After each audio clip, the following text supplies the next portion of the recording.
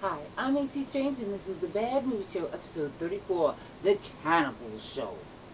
So, cannibalism is basically the biggest taboo and found in every society.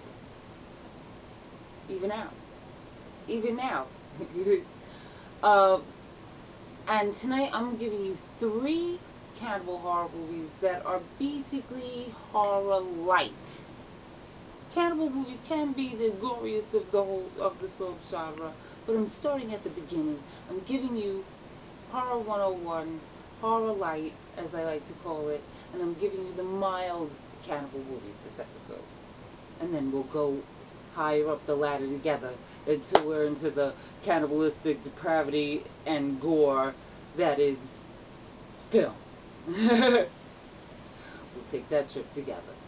So let's get started, okay? First up, we have Elfie Hopkins' Cannibal Hunter 2012, rated R, Screen Media Dark Side, written by Ryan Barmenia and Ryan Andrews, directed by Ryan Andrews, starring Jamie Winstone and Rupert Evans. So, new residents come to the dead-end town of Thorntree, and they're very, very suspicious to a wannabe detective, Elfie Hopkins, who is a lazy stoner who is misunderstood by everyone but her best mate, Dylan Parker. Okay? She has her eyes on the Gannons, who are very elegant, very stylish, educated, rich people who, have their own exotic, extreme travel agency where they customize unique vacations. And the whole town is totally into them, and they start, going to them for these vacation packages, right? Elfie has a crush on the dad, Charlie, and the more she snoops on him, the more she finds evidence that he's actually a cannibal.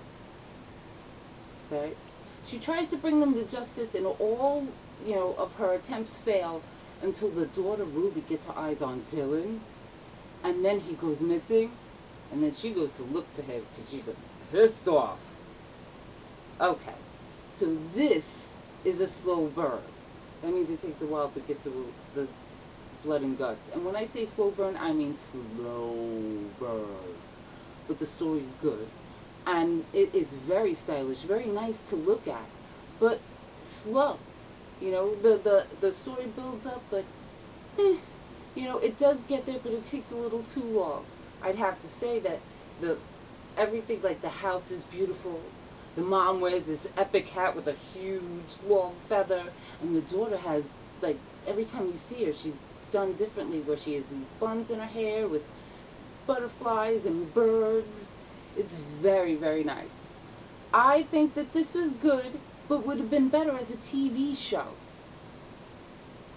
I'm going to give it a 3, but I'm going to give it a meh 3. Like, it just kind of barely made a 3. And I say see it. I like to think that, like, this is like Twilight did Texas Chainsaw Massacre, but the family's educated and beautiful. There you go. So if you like Twilight and The Mist and Strangers, you might really like this. So there you go. That barely made it for me. But like I said, the mom wears an epic hat, dude. I'm still looking for that hat. The feather's like, this is amazing. Okay. Next up, we have Evil Breed, The Legend of Samhain. Warehouse Films, 2002, unrated. Produced and directed by Christian Bale, starring Bobby Phillips, Ginger Lynn, Alan Cumming, and Ginger Lynn Allen. Sorry about that, dude. I'm totally horrible with the names. And it has cameos by Gemma Jameson and Richard Grieco. So in this, we have Shay and 4 students and their teacher, Miss Karen, go to Ireland, and they stay at this creepy-ass house, and they meet the caretaker, Gary, who tells them about the legend of Samhain, which is a Celtic Halloween, and that they still do rituals to ward off evil spirits. And then we have Miss Karen that tells them about this family that went up into the mountains of Scotland and became cannibals, taking people off the road and eating them and breeding with them. And then they meet this girl, Jenny, in the woods, who was looking for her friends that went missing weeks ago. And they split up to look for them, and they start dying at the hands of very mutated cannibals. Okay, and then Shay is left to really, she lives to find out that sometimes death is better. I have that all planned out.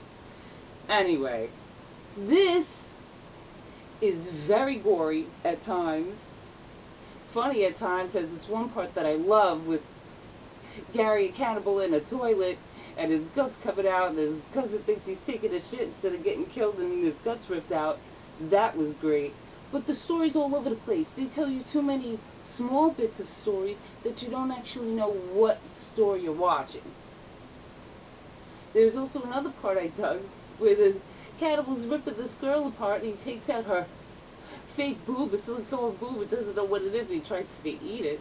That I think is cool. But like I said, the story doesn't really, you don't know what you're really watching. You know, you don't know whether you're watching a story of Samhain or these cannibals or the ritual people. You have no idea. So that makes it a 2.5. I dug it, okay? But a 2.5 is a 2.5. And, you know, it says Richard Grieco and he's in there for 5 minutes, not even. So there you go, 2.5. I hate when that happens. Because I'll really watch any movie with Richard Grieco in it, but then they'll give it him like a minute, and that's a cheap way to get me to watch a movie. Last but not least, C.H.U.D. Cannibalistic, Humanoid, Underground Dwellers, 1984, rated R, Anchor Bay Entertainment. Screenplay by Parnell Hall, directed by Douglas Chief, starring John Hurd, Daniel Stern, and Christopher Curry. So we have this photographer who's doing a piece on these underground dwellers in the subway, homeless people that live underground. And then you have Captain Bosch, captain of the police, and he is knee-deep in these mysterious happenings around Lafayette Street, including a few missing people, which one includes his wife. And then you have a soup kitchen guy who seems to be the only one who thinks that something is really, really wrong when his underground people stop coming.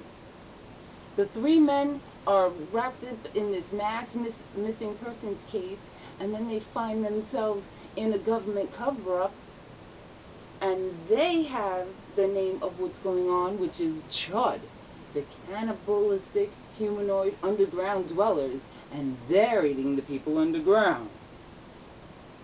So this really, even today, still creeps me out, man, as a New York City chick riding the train.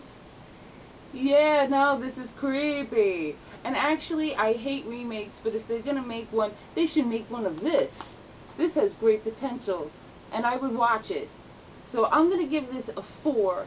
And this is a serious horror movie. It's kind of done like Law and Order, but with cannibal, mutated freaks coming out of the sewer caps. It's pretty awesome. So I'm gonna give this a 4 and a buy it. I love this one. So there you go. That's it for me tonight. What do you think? Do you think I started mild enough or not hard enough? Do you have any suggestions for my next cannibal movie show? I'd love to hear them. And until then, please watch more movies. I'm AC Strange, and this is the Bad Movie Show. Good night.